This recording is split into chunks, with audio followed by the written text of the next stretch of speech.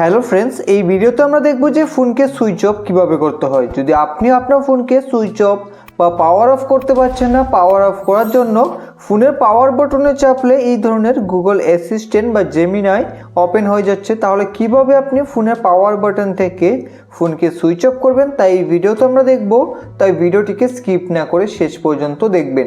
তো এখন power button থেকে ফোনকে সুইচ অফ করতে হলে আপনাকে ফোনে একটা সেটিং করে নিতে হবে। তো এই সেটিংটি করার জন্য সবার প্রথমেই আপনি ফোনের সেটিংকে ওপেন করবেন। সেটিংকে ওপেন করে এখন বন্ধুরা আপনারা একটু নিচে আসুন।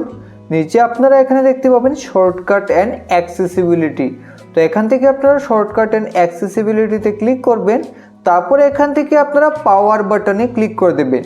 আর যদি এইভাবে আপনি পাওয়ার বাটন খুঁজে না পান তাহলে এখানে আপনারা ফোনের সেটিংসের যে সার্চ বার রয়েছে এখানে সার্চ বারে আপনি পাওয়ার বাটন লিখে সার্চও করতে পারেন। তো এর জন্য এখানে আপনাকে লিখতে হবে POWER পাওয়ার, তারপরে এখানে লিখবেন বাটন BUTTON।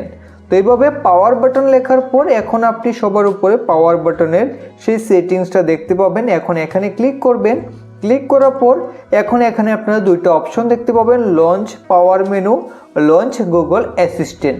তো এখানে কিন্তু আমাদের গুগল অ্যাসিস্ট্যান্ট সিলেক্ট করা রয়েছে। তো এখান থেকে আমাদের লঞ্চ পাওয়ার মেনুতে ক্লিক করে দিতে হবে। বাস এই সেটিং করে আপনি ব্যাক হয়ে আসুন। এখন আপনি ফোনের পাওয়ার বাটনে চেপে রাখুন।